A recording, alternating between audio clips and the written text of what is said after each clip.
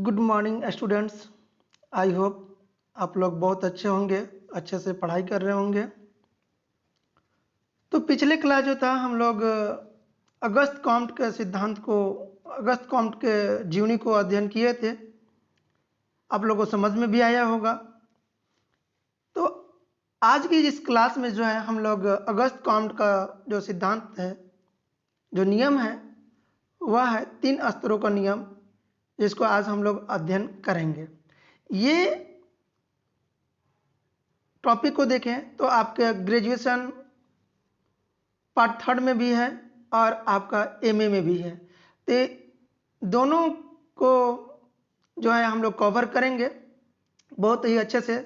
थोड़ी सी वीडियो लंबी होगी क्योंकि ये सिद्धांत है, यदि छोटा सिद्धांत में नहीं होता है इसलिए थोड़ा सा लंबा होगा। आप लोग देखिएगा, स्किप मत कीजिएगा। और हाँ, आपके जितने भी मित्र हैं, दोस्त हैं, सहपाठी हैं, उनको भी जो है यह वीडियो उन तक पहुंचाने का प्रयत्न कीजिएगा। तो चलिए आज के हम लोग इस क्लास को प्रारंभ करते हैं और हम लोग देखते हैं अगस्त कॉम्ट के 3 स्तरों का नियम। तो अगस्त कॉम्ट महोदय जो थे उन्होंने समाज विचारधारा के क्षेत्र में जो था यह 3 स्तरों का नियम समाजशास्त्र में काफी अधिक योगदान दिया था। क्योंकि हम लोग जानते हैं कि जब समाज का विकास हो रहा था तो इस विकास को अगस्त कॉम्ट महोदय ने 3 स्तरों में विभाजित किया है। ठीक है, अर्थात 3 अवस्थाओं में जो था इन्होंने स्पष्ट किया। वो भी हम देखें तो मानव समाज के बौद्धिक विकास के आधार पर, ठीक है, जो मानव के बौद्धिक विकास है उसके आधार पर उन्होंने 3 अवस्था में डिवाइड किया था। ठीक है, इसके साथ ही हम देखें तो अगस्त कॉम्ट जो थे उन्होंने बौद्धिक क्षमता को भी स्पष्ट किया, अर्थात जो मनुष्य हैं उनकी बौद्धिक क्षमता किस प्रकार थी।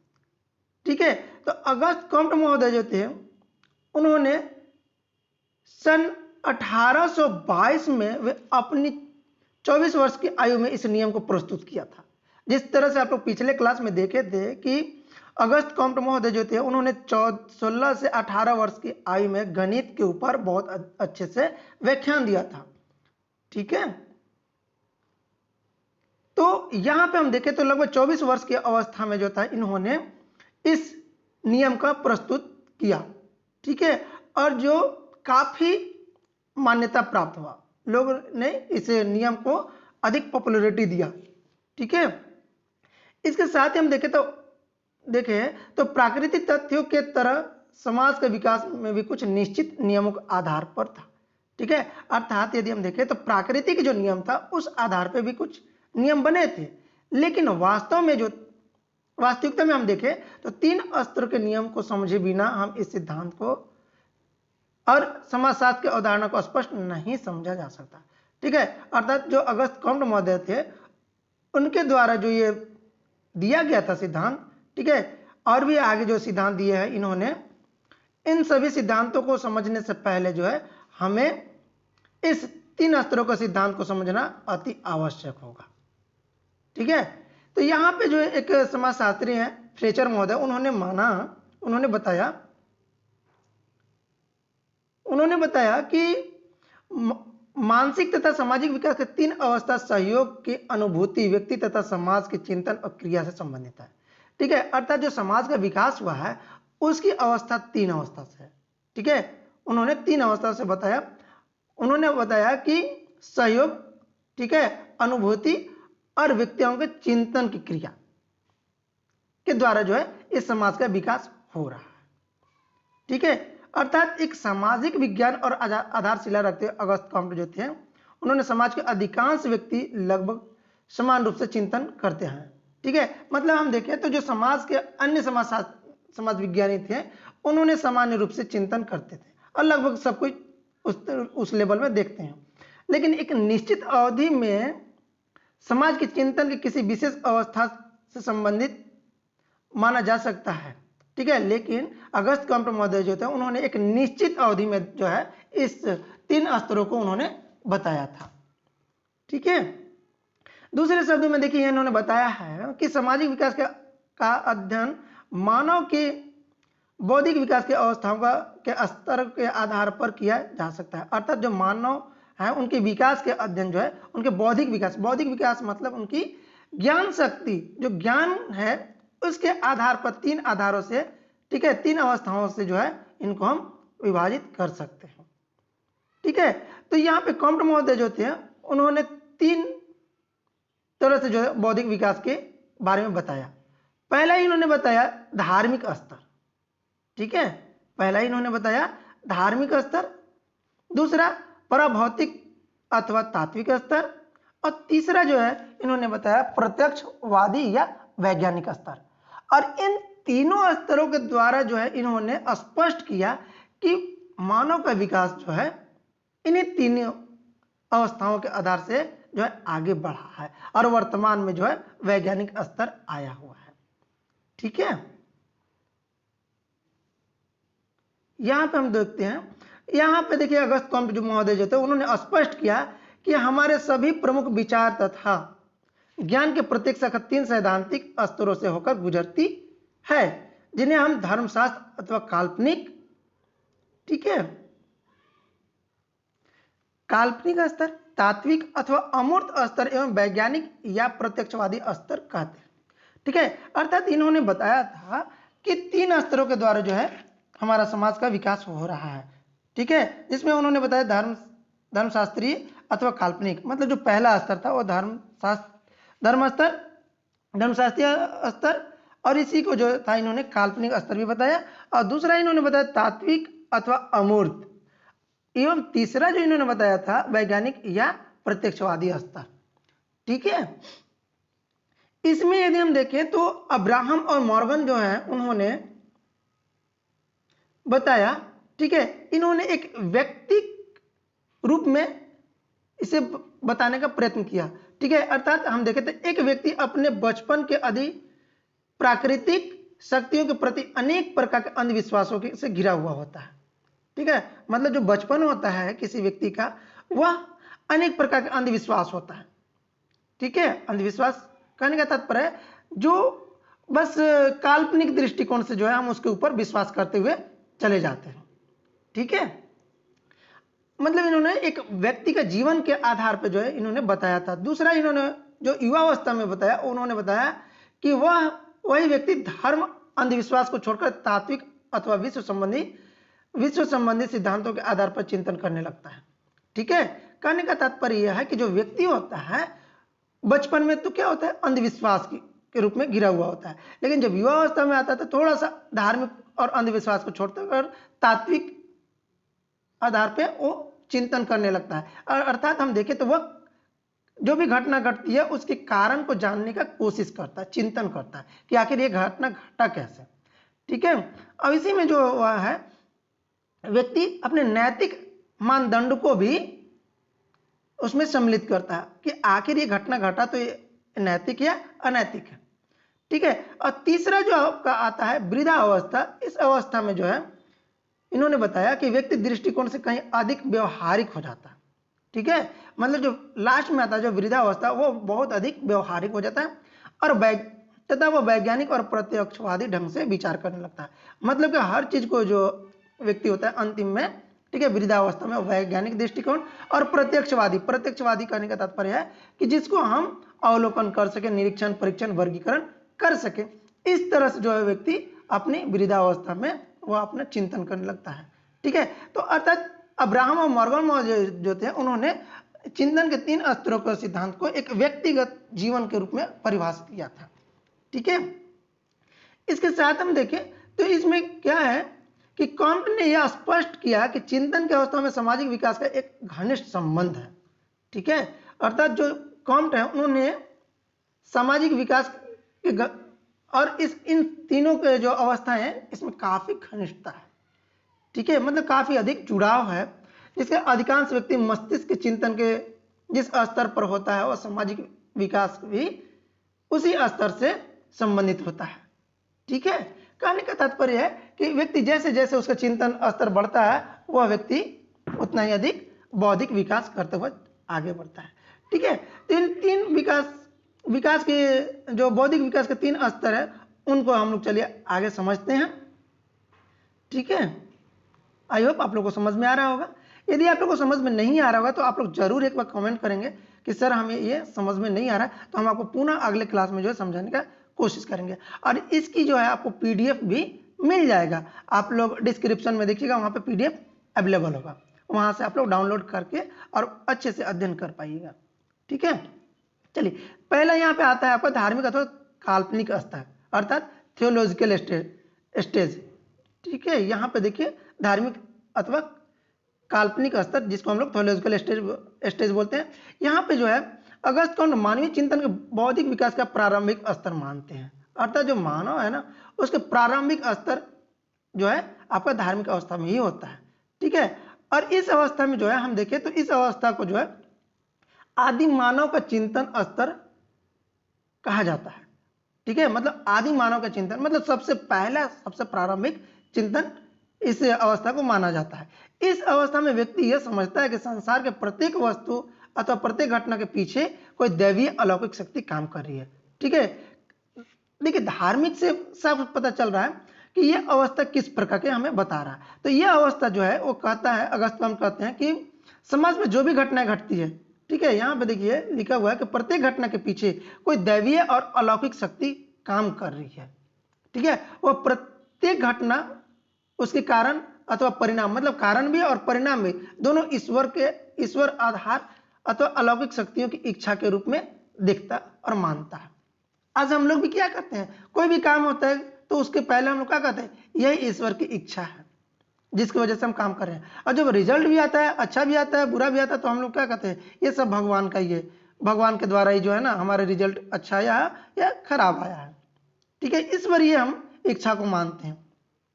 ठीक है, लेकिन यहाँ पे अगस्त का जो कथन है वो कहते हैं, ठीक है, कि धार्मिक अवस्था में मानव मस्तिष्क अपने सभी प्रयत्नों के कार्यों को प्रारंभिक और अंतिम कारण संक्षेप में संपूर्ण ज्ञान की खोज के लिए मान लेता है और समस्त घटनाओं को अलौकिक प्राणियों द्वारा उत्पन्न और उनकी तात्कालिक क्रिया का परिणाम है। मतलब कि इस अवस्था में जो है ना प्रारंभिक और अंतिम सब को जो है वो तात्कालिक क्रिया ही मानता है, उसका परिणाम मानता है कि ये धार्मिक ही जो है धार्मिक अवस्था ही है, मतलब जो भी घटनाएं घटती है। ठीक है, इस स्तर में व्यक्ति अपनी प्रत्येक सफलता और असफलता, प्रेम, संघर्ष, किसी भी क्रिया का मूल्यांकन धार्मिक विश्वास के आधार पर करने लगता है। अर्थात हम देखें तो जो भी घटनाएं घटती है, ठीक है, व्यक्ति के प्रत्येक सफलता असफलता, ठीक है, प्रेम, संघर्ष, मूल्यांकन, इन सभी को जो है धार्मिक विश्वास के आधार पर ही जो है वह करता है। ठीक है, अर्थात वो सभी घटनाओं को जो है ना वो धार्मिक विश्वास को मानता है। अर्थात हम देखें तो उसका यह भी विश्वास होता है कि वर्षा है, बादल गरजना, ठीक है, बिजली चमकना, दिन रात होना, वनस्पति का उगना, जन्म मृत्यु, ये सभी घटनाएं अलौकिक शक्तियों की इच्छा से नियंत्रित होती है। ठीक है, अर्थात जो भी इस संसार में घटनाएं घटती है, मरना है ना, जीना, जन्म लेना, वनस्पति का समाप्त होना, दिन रात होना, ये सभी घटनाएं धार्मिक हैं। ठीक है, और अपने सामाजिक बौद्धिक के कारण ही जो है इन घटनाओं को वास्तविक कारण नहीं समझ पाता है। ठीक है, कहने का तात्पर्य है कि इस अवस्था में जो है वह बहुत अधिक बौद्धिक का विकास नहीं कर पाता है। ठीक है, धार्मिक विश्वास स्वयं कल्पना पर आधारित होता है। जो धार्मिक क्रियाएं होती हैं वो आप भी जानते हैं कि वो कल्पना मात्र का होता है।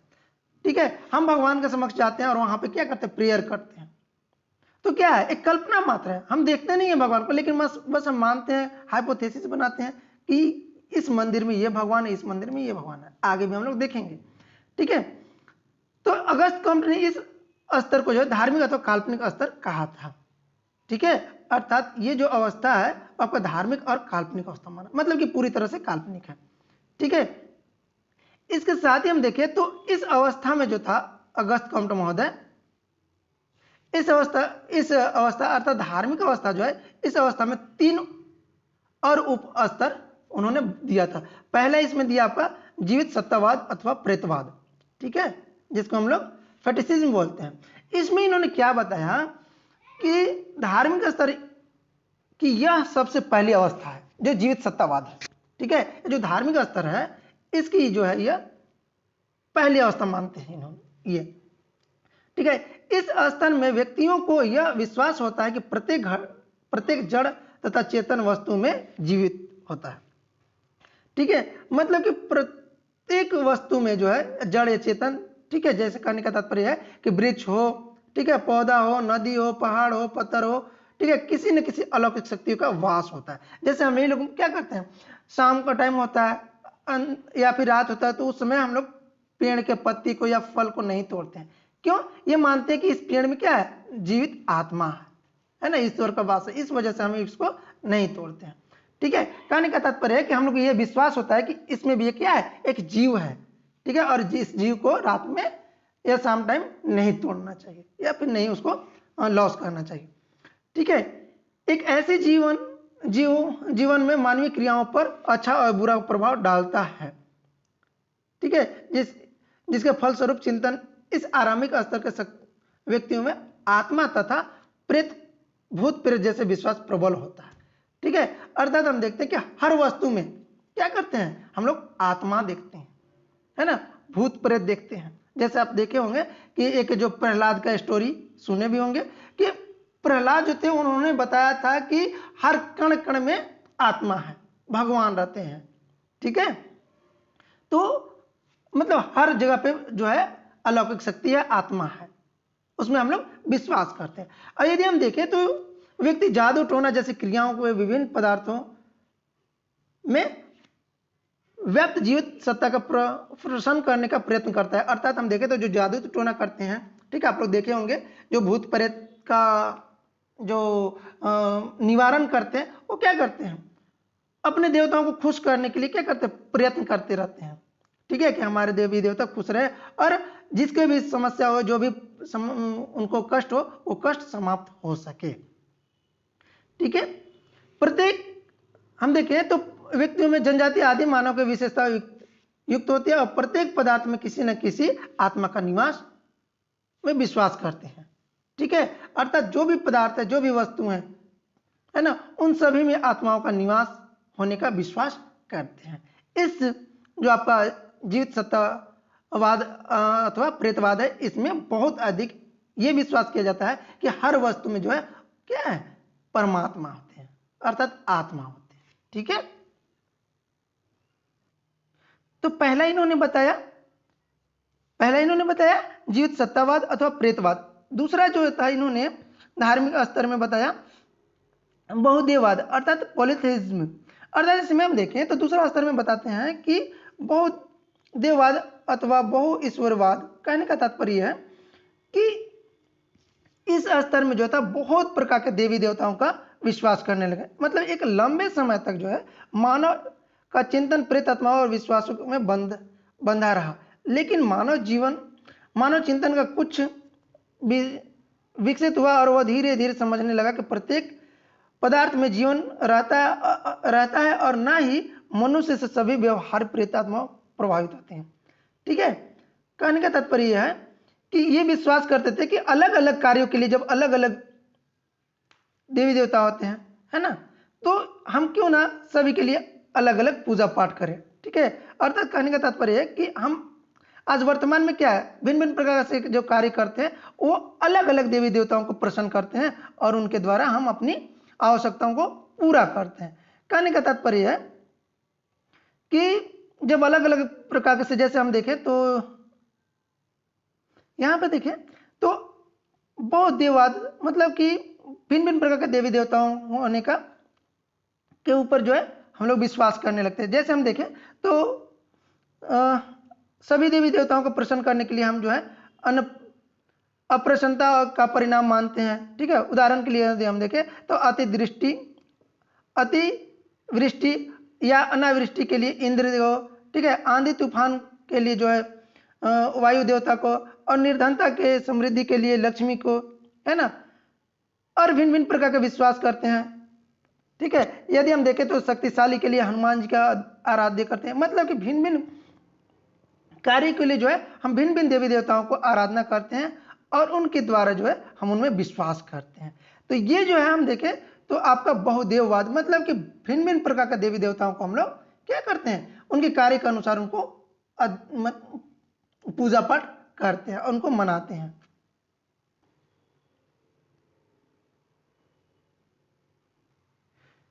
दूसरा आता है, पहला तो इन्होंने बताया धार्मिक अवस्था, ठीक है, और दूसरा बताया पराभौतिक अथवा तात्विक स्तर अर्थात मेटाफिजिकल स्टेज।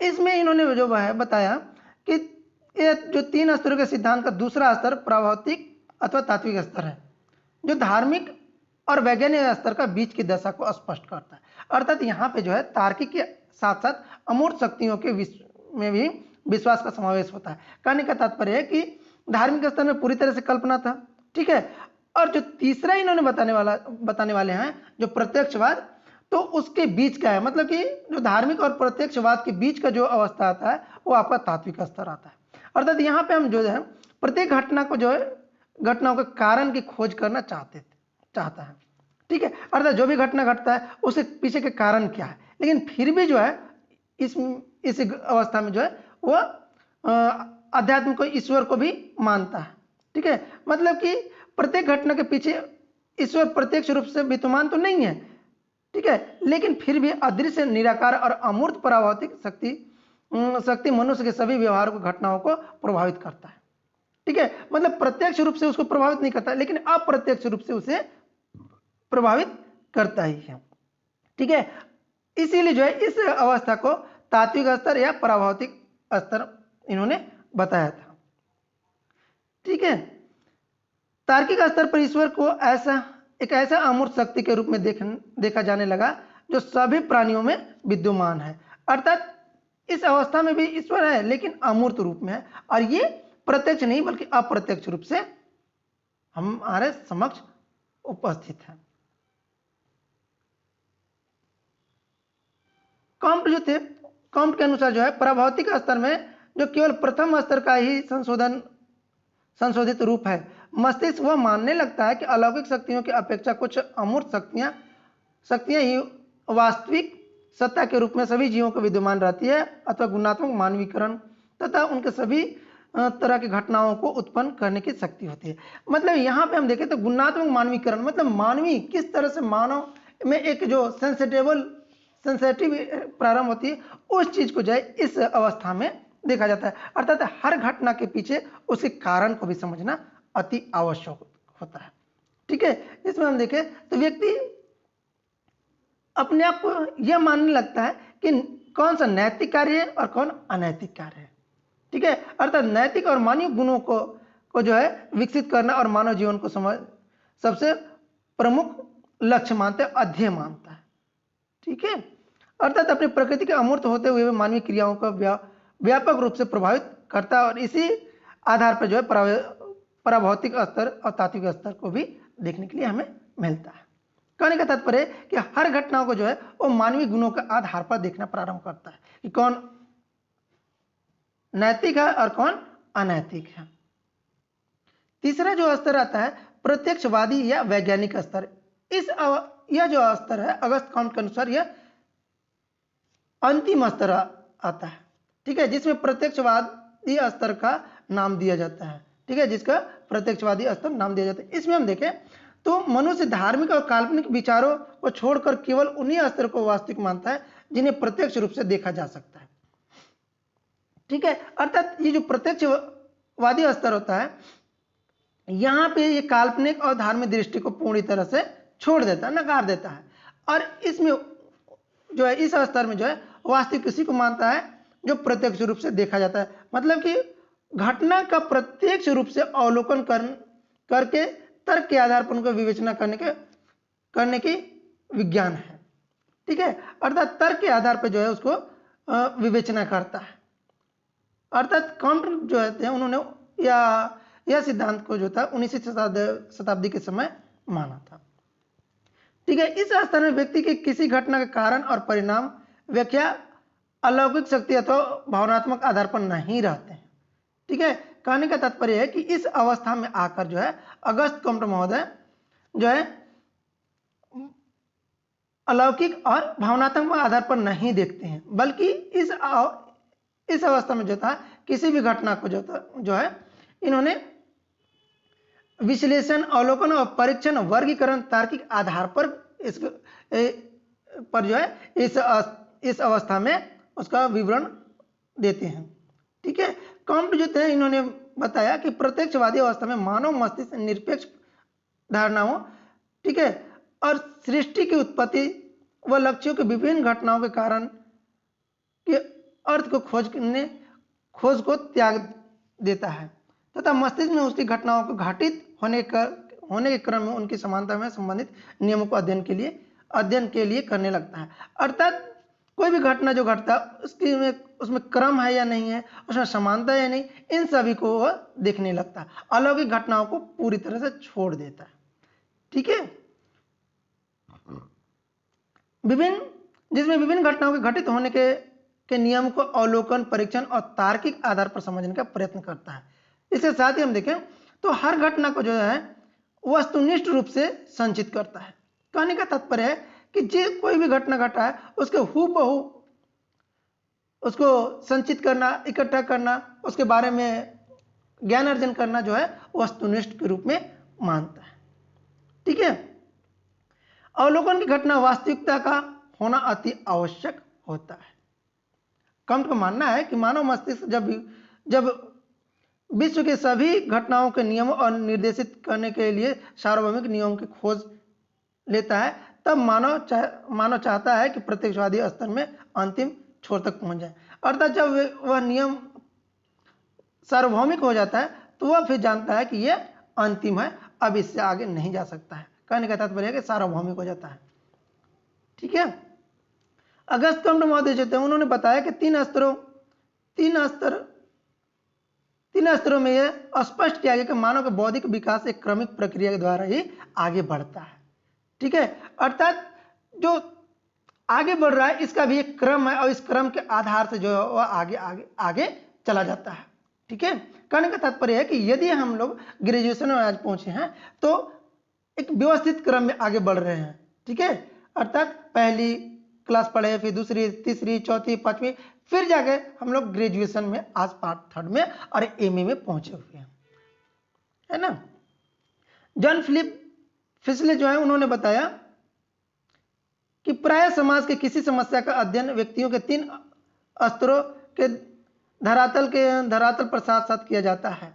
कुछ घटनाओं की व्याख्या धार्मिक रूप से, कुछ तात्विक आधार पर, जबकि कुछ घटनाओं को व्यक्ति वैज्ञानिक ढंग से जो है करते हैं। अर्थात जो जॉन फिस्के थे उन्होंने बताया कि समाज में जो भी घटनाएं घटती हैं उसको कुछ व्यक्ति धार्मिक आधार पे, कुछ तात्विक और अधिक वैज्ञानिक ढंग से उसका अध्ययन करते हैं और उसके विकास होता जाता है। अर्थात वास्तव में इन्होंने बताया कि 3 स्तरों के द्वारा जो है कॉम्ट का वास्तविक उद्देश्य सामाजिक परिवर्तन की ऐतिहासिक रूपरेखा प्रस्तुत करना है। अर्थात जो भी आगे बढ़ रहा है, ठीक है, मतलब वर्तमान में यदि आज आधुनिक युग आया है तो ये कहीं ना कहीं प्राचीन समय से जो है यह बढ़ते हुए आ रहा है।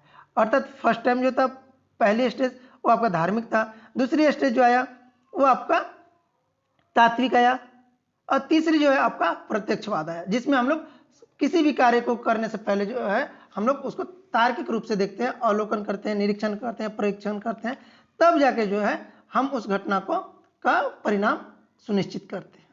तो ये जो था आपका अगस्त कॉम्ट के 3 स्तरों का नियम, ये बहुत ही अच्छा नियम माना जाता है कि इसी रूप में जो है हमारा समाज आज वर्तमान में इस स्टेज में पहुंच चुका है। तो आई होप आप लोग को बहुत अच्छा लगा होगा।